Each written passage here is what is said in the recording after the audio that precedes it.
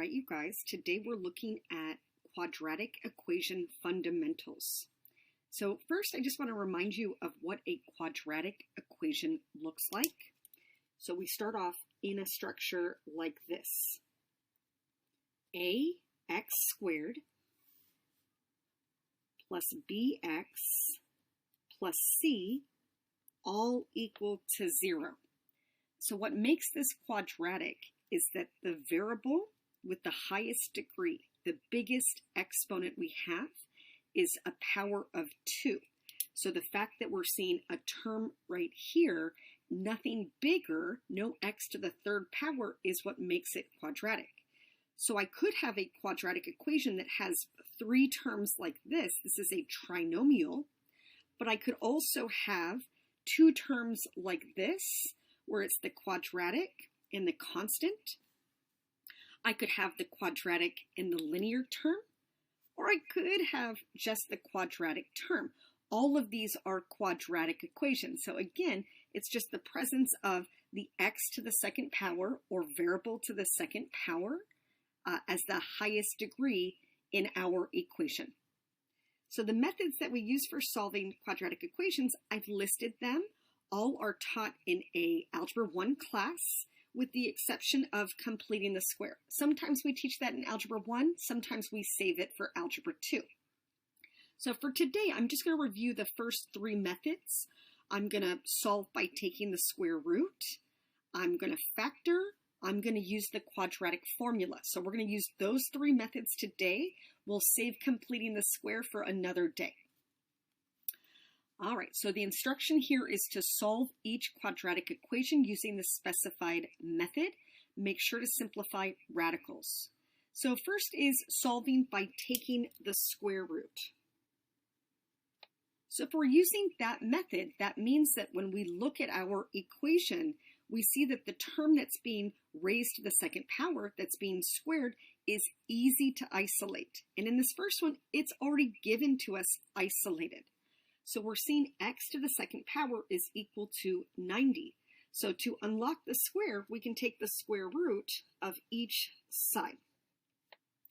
And when I look at the square root of 90, I'm always thinking of what's the biggest perfect square that goes into 90? And I know that that's 9. So 9 times 10, and that 9 will give me a pair of 3s. I'm not going to get any pair of the same thing out of the 10, so that's a dead end. So my answer here is x is equal to plus or minus. This is an easy one to forget about. We have to have a plus or minus, and then 3 root 10.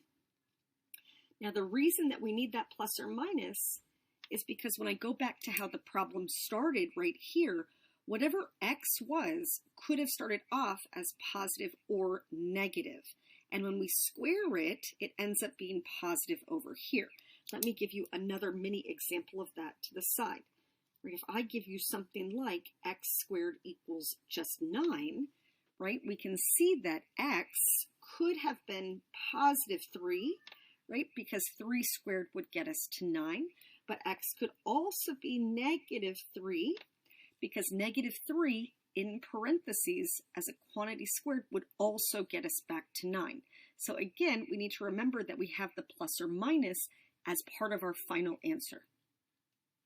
Okay, next one here, we see that the quadratic term, again, it's easy to isolate. It's already isolated for us, so we can unlock that square by taking the square root. Now the issue here is that we have a fraction.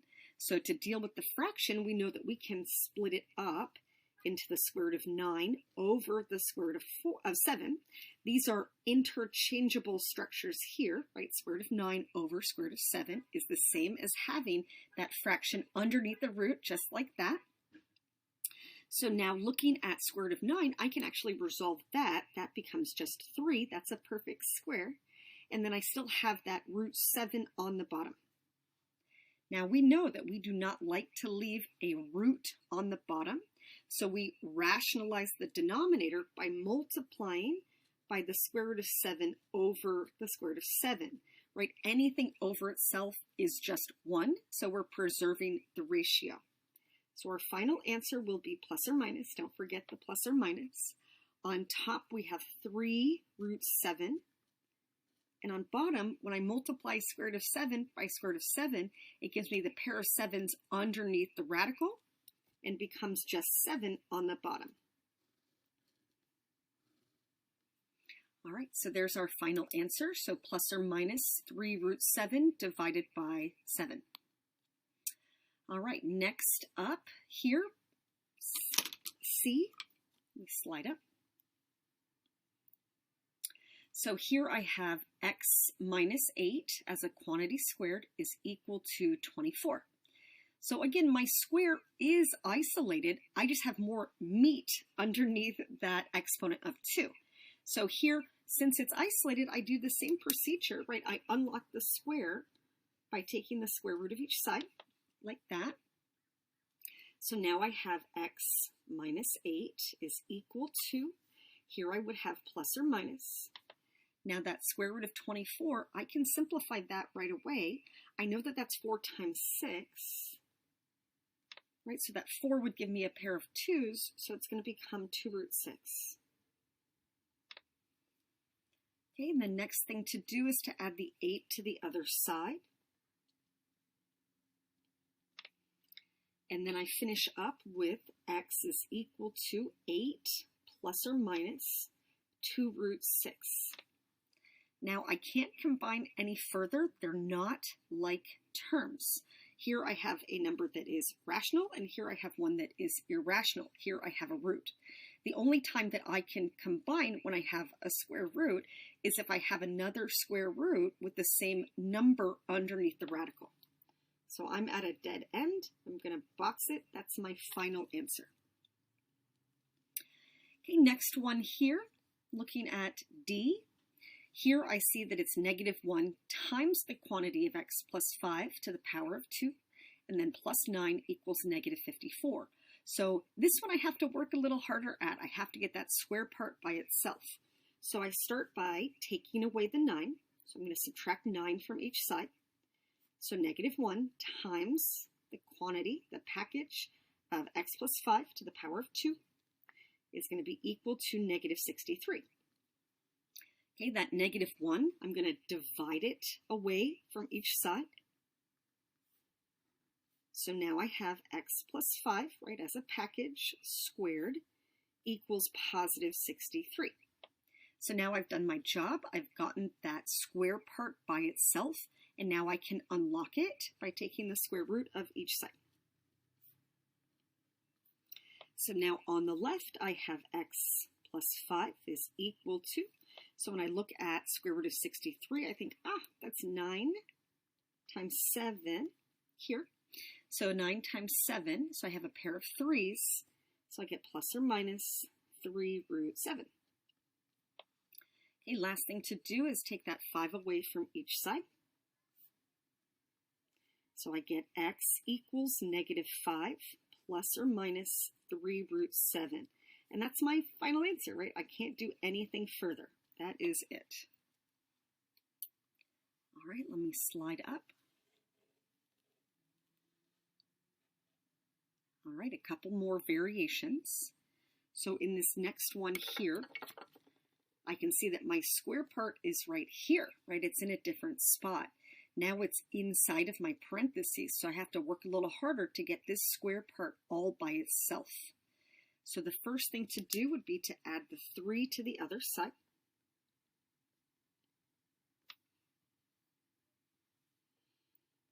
So 1/4 of x squared plus 1 is equal to 10.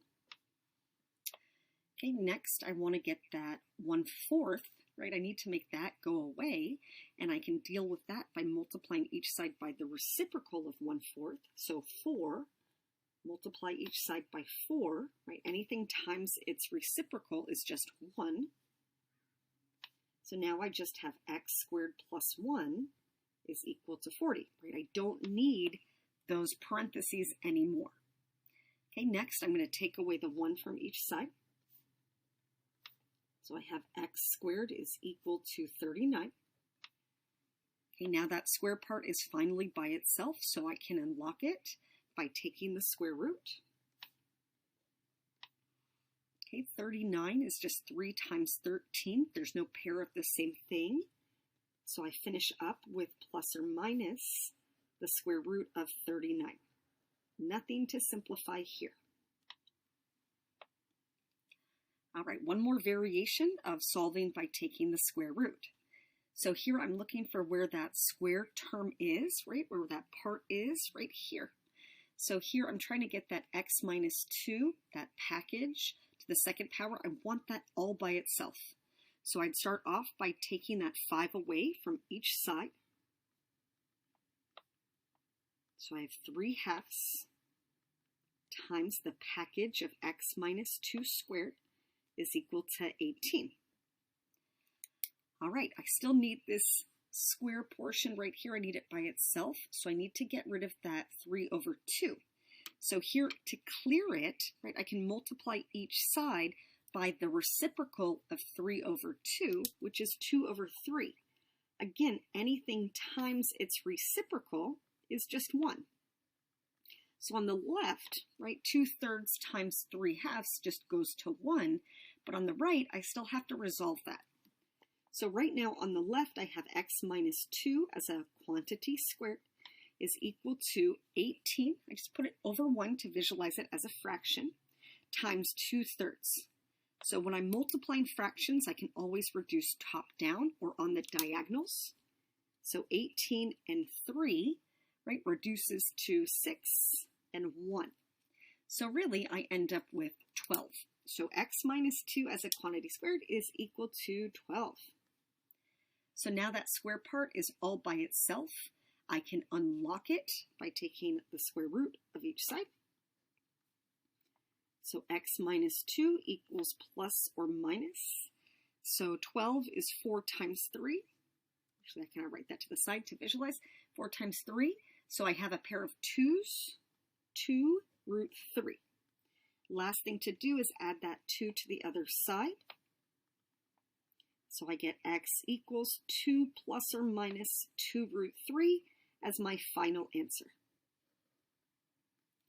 All right, so again, if we're using the method of solving by taking the square root, that means that we're looking at the term that's being squared, right? The portion of it that's being squared, we want to isolate it, and then we want to solve by taking the square root. All right, next skill is to solve by factoring. So if we're solving by factoring, the first thing that we need to see is that our equation is set equal to 0. So we want to move all of our terms to one side of the equation and have it equal to 0.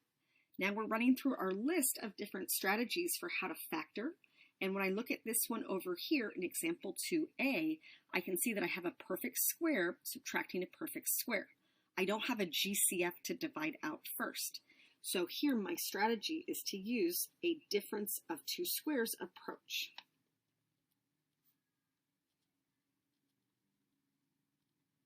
So to visualize the perfect squares, I can see that this is really 2x as a quantity squared, and this is 5 squared.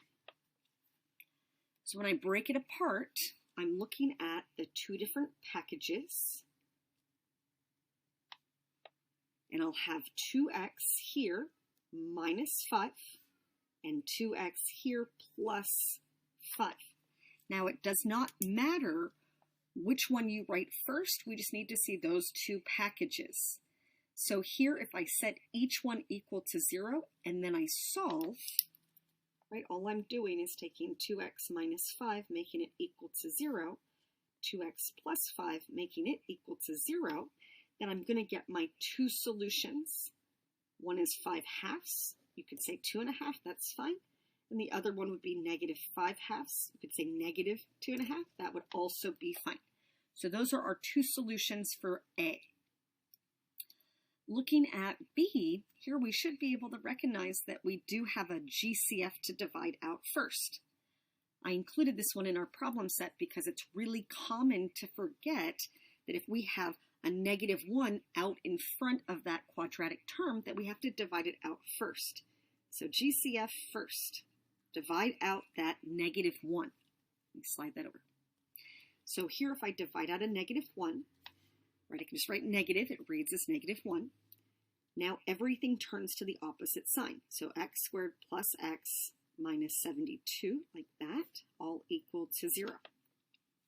So now I'm visualizing what multiplies to a negative 72 that adds to a positive 1. If you'd like to see that, sometimes we just draw it out like this. So product, right? Product is multiply and sum is add. So it has to be a product of, here the A times the C, so 1 times the negative 72 has to multiply to negative 72 and then add to 1.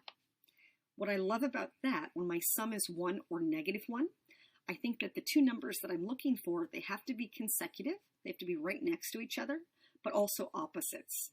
So here we should see it has to be 8 and 9, but one of those is a negative, right? One has to be positive, one has to be negative. And to make it sum to a positive 1, it has to be the 8 that takes the negative. So if I look at those two numbers, negative 8 times 9 equals negative 72, and it also adds to 1. So now the factorization, I have negative 1 times x minus 8 times x plus 9 is all equal to 0.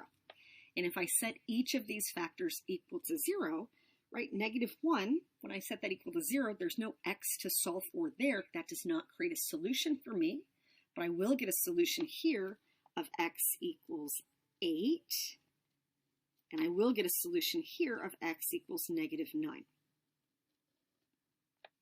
Now, if you ever want to double check, you could always take these solutions and plug them back into the original equation and confirm that it balances out at 0. You should also know that if we have a quadratic, x to the second power, as our highest degree term, we should produce two solutions total. All right, last strategy is solving using the quadratic formula. So often if we look at an equation and we see, I cannot solve by taking the square root, it doesn't seem to factor, then we would go and use the quadratic formula. Now the quadratic formula, we actually can derive it using this process of completing the square. So I'll likely show you how we derive it once we get to that last method in a few weeks. So here I'm giving you the quadratic formula.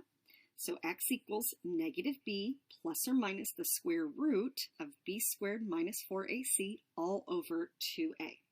So when I look at this initial equation, right, I'm saying use this method, identify what a, b, and c are. So the a has to be 1, the b is negative 2, the c is negative 8. So here again, you need your equation to be in standard form. So ax squared plus bx plus c. You need to make sure it's all equal to 0 before you can identify the a, b, and c. So imagine there's a 1 in front of the x squared, right? It's there, we just don't write it. So now I'm just plugging into quadratic formula right here. So I have x equals negative, so negative 1 times negative 2 plus or minus the square root, right, b squared, so negative 2 as a quantity squared, minus 4 times 1 times negative 8, all over 2 times 1. So now it's a matter of following the order of operations and making sure we don't make a simple math mistake. So here, as I resolve it, a negative times a negative is a positive. So I have 2 plus or minus big old square root, negative 2 squared, right, is 4, right, it's in parentheses. Now when I see a glitch, it usually happens here, so I just want to point this out to you. Negative 4ac, that's a product. We're multiplying negative 4 times 1 times negative 8. So if I multiply a negative, positive, negative, I end up with a positive 32. And then all divided by 2. Okay, keep working to clean it up.